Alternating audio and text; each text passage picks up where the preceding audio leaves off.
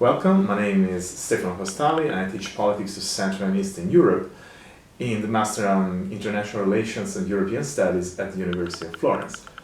Why studying the politics of Central and Eastern Europe nowadays? Because we believe Central and Eastern Europe is an essential region in the history of Europe along the 19th, 20th and 21st century, and it is an essential region in order to understand the relationship between Russia, one of the most important powers in contemporary international politics, and the rest of Europe, Western Europe, the European Union as a whole.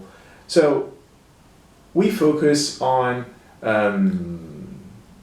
politics of Central and Eastern Europe after the fall of the Berlin Wall. So one of the first topics that we address is the process of democratization of Central and Eastern European countries and the legacies, the impact of the legacies of former communist regimes on contemporary democracies of these countries. How the different forms of the previous regimes have their impact and influence on the different democracies, the different types of democracies that we see nowadays.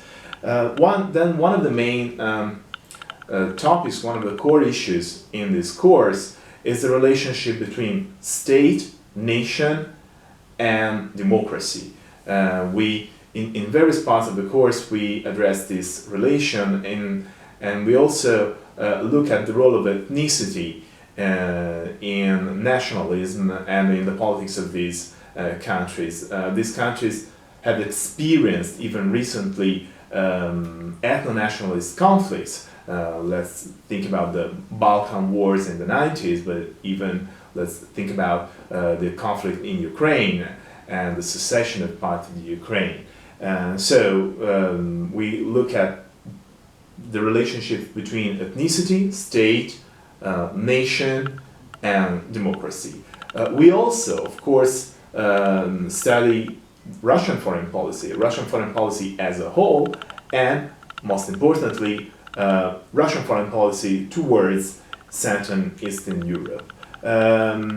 We end the course with a focus on emerging populist movements that are nowadays an important presence in many contemporary European countries, but even, if not most importantly, in these countries. The course tries to be as interactive as possible. After a first part of general introduction, I encourage students to do presentations of articles of chapters of books in class in order to train their skills of presenting an argument in front of an audience. Attending students can also substitute the final written exam, which is the standard way of evaluation, with a paper on a topic that they can freely choose among the